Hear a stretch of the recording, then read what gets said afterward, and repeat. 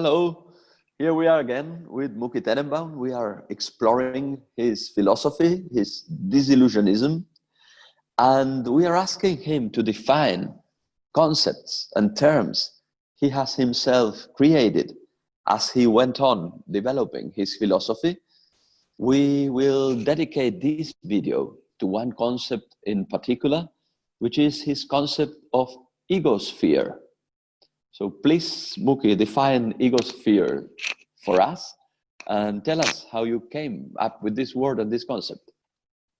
Well, like other concepts, other neologisms I create in the different languages, Spanish, English, they normally, I use normally their Greek root, misalgia, that's running away from pain, that's the let's say, the most developed part of the disillusionism theory. We also have egospheres. Now, ego is me, ego, yes, the I, yes. We know the ego, we know the word egoist, yes, egocentric, so it's the ego. Now, sphere means the sphere of influence, or the sphere of, I would say, not only one way of influence, it is really a mutual influence. Why am I using this term and nothing else? The answer is from the astronomy. As you probably know, by this time, I am quite fond of metaphors based on physics and especially about astronomy. I like the concept. But basically, heliosphere is the sun, which is Helios, and all the area of influence of the sun, where the solar wind, arrives. So the heliosphere goes much beyond Pluto, and in fact, it goes into our Oort cloud. That's a cloud beyond Pluto, beyond all the planets, where there are comets and everything. So this is the egosphere, all the area. The heliosphere. Egosphere are about the same, but instead of planets, those are people. And those are the 20, 30 people that are closer to you. And here I have to explain that we think that we know. Let's say in Facebook, I have 1,000 friends in Facebook, okay, or in LinkedIn, I have connections. But in Facebook, they're called friends. Now, obviously, I don't have 1,000 friends. I don't have even. I don't know if I have 20 friends. Now, of course, that there is people I know, yes. But I'm talking about those who I can attend, who my attention can be there, who my memory can encompass on a regular basis, and those are between 20 and 30. Could be 35. For some people, could be 15. But this is about the range where it is where we're talking about. There is a famous sociologist. His name was Dunbar, and he talked about that. He went about the number of people you are in touch. He put them in 120. Now, this is impossible. We all know 100. I cannot even imagine 120 people. I mean, I cannot even imagine 120 people standing there. It's very difficult. Now, this egosphere is divided in two. The ones that are more, I would say, stable, close to me, my family, my close friends, my boss, if I have one, perhaps my number two in my job, maybe my number three also. And then you have people who are more temporary. The waiter that's bringing me the coffee in the restaurant, he's in my egosphere, albeit for a few seconds, maybe a minute, but he is in my egosphere.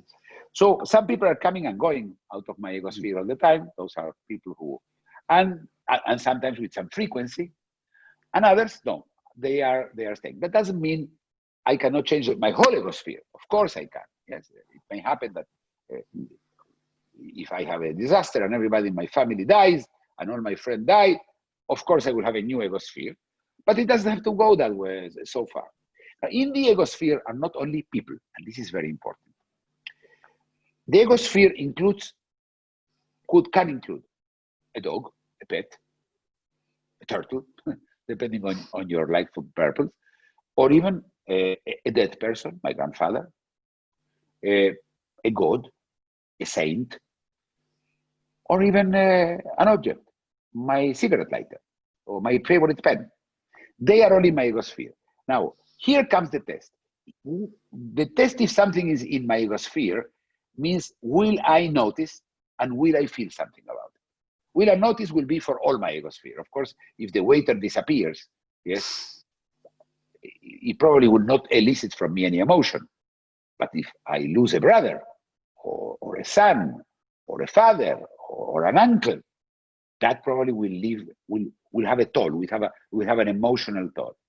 So it is something very specific. Egosphere is not something general. It's made of specific people, and that egosphere is really the environment in which we live in. You see, there are 8 billion people in the world, but they are decoration. They are a concept. 8 billion is a number. So let's say you talk about a lot of people. Let's say you go to a football match. You used to go to a football match. All these people, they are not in your egosphere. They're all shouting. They're all affecting you, but they're not in your egosphere. Yes. So you have to go smaller and smaller and smaller, and that's where we end up in that group of people who are relevant and whom I pay a certain emotional price if some of those who are closer in egosphere happens something to them. As I usually ask, what do you think is happening to egospheres now in this time of pandemics and lockdowns with the coronavirus emergency?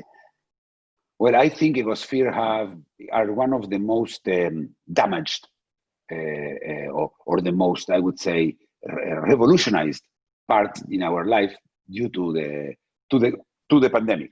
I'll begin with this.